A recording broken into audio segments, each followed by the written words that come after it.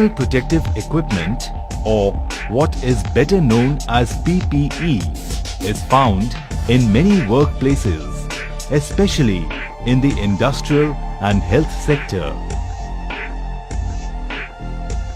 PPE equipment basically provides solutions to risk prevention and management in the work site and avoids untoward accidents to immediately guard the welfare of workers, which ultimately protects workers from sustaining any major injuries.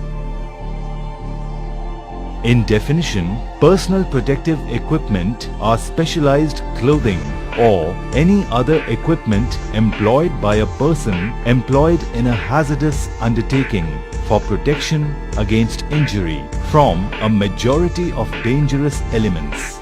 It's made to protect a person's body, such as the limbs, head, face, eyes, nose, ears, and some internal organs. Since it is mainly made to protect the integrity of workers' body, it is necessary to understand the importance of and application of Cardinal Rule number 2 to protect all personnel working at ACC.